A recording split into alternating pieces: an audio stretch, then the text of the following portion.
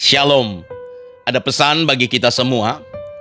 Jangan pernah berhenti untuk mengendalikan lidah kita. Bila kita tidak ingin lidah kita mempermalukan diri kita sendiri.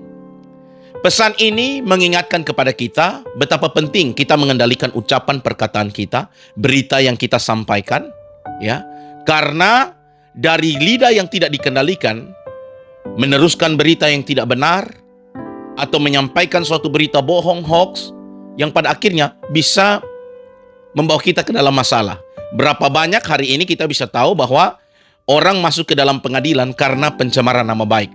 Bahkan orang melakukan klarifikasi di media sosial, ya, di depan aparat penegak hukum, ya, membaca permohonan maaf karena, ya, menyampaikan pesan yang tidak benar, tidak bisa mengendalikan lidah kita. Zaman kita saat ini yaitu kita juga tidak bisa mengendalikan jari kita.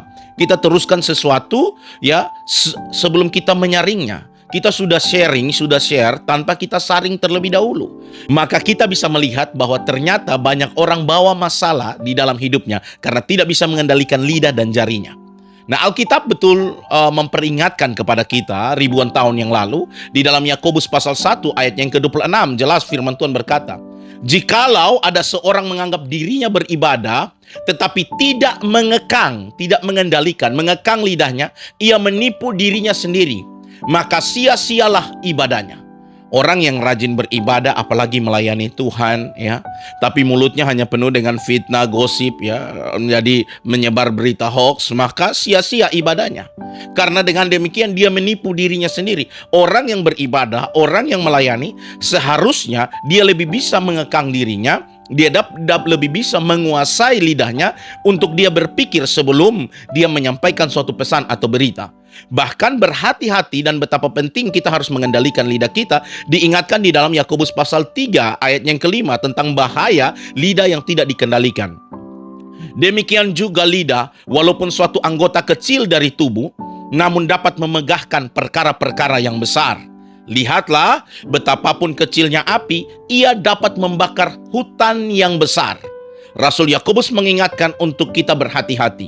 Jangan sampai lidah kecil yang tidak bisa dikendalikan ini justru membawa kita ke dalam suatu masalah. Seperti api kecil yang menyala yang pada akhirnya dapat membakar hutan yang besar. Karena itu mari belajar kendalikan lidah kita. Kalau kita ingin berbicara, kita mau banyak berbicara, sebaiknya sebagai orang Kristen, kita berbicara tentang firman Tuhan. Kita bersaksi tentang kebaikan Tuhan. Kita menceritakan tentang pertolongan Tuhan, apa yang sudah Tuhan buat di dalam hidup kita. Atau ya kita sharing firman. Sebab itu dinasihatkan di dalam 1 Petrus pasal yang ke-4 ayat yang ke-11. 1 Petrus 4 ayat 11. Jika ada orang yang berbicara, baiklah ia berbicara sebagai orang yang menyampaikan firman Allah. Jika ada orang yang berbicara, baiklah ia berbicara sebagai orang yang menyampaikan firman Allah.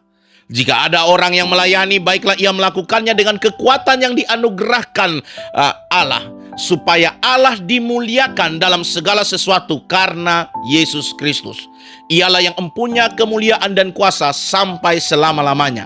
Amin. Artinya apa yang kita bicarakan, apa yang kita katakan, itu akan bermuara atau berakhir dengan mempermuliakan nama Tuhan. Karena itu hari ini mari belajar mengendalikan lidah kita, ucapan kita, dan perkataan kita, ya. Kita saring dulu sebelum kita sharing, ya, menyampaikan pesan atau berita. Jari-jari kita pun demikian, kita belajar mengendalikan diri supaya justru, ya, karena kita tidak mengendalikan diri justru membawa kita ke dalam masalah-masalah yang besar seperti api yang kecil yang pada akhirnya bisa membakar hutan yang besar. Karena itu mari belajar menguasai lidah kita. Pesan kita hari ini, jangan pernah berhenti untuk mengendalikan lidah kita bila kita tidak ingin lidah kita mempermalukan diri kita sendiri. Kiranya kita menjadi bijaksana. Tuhan Yesus memberkati kita semua. Shalom.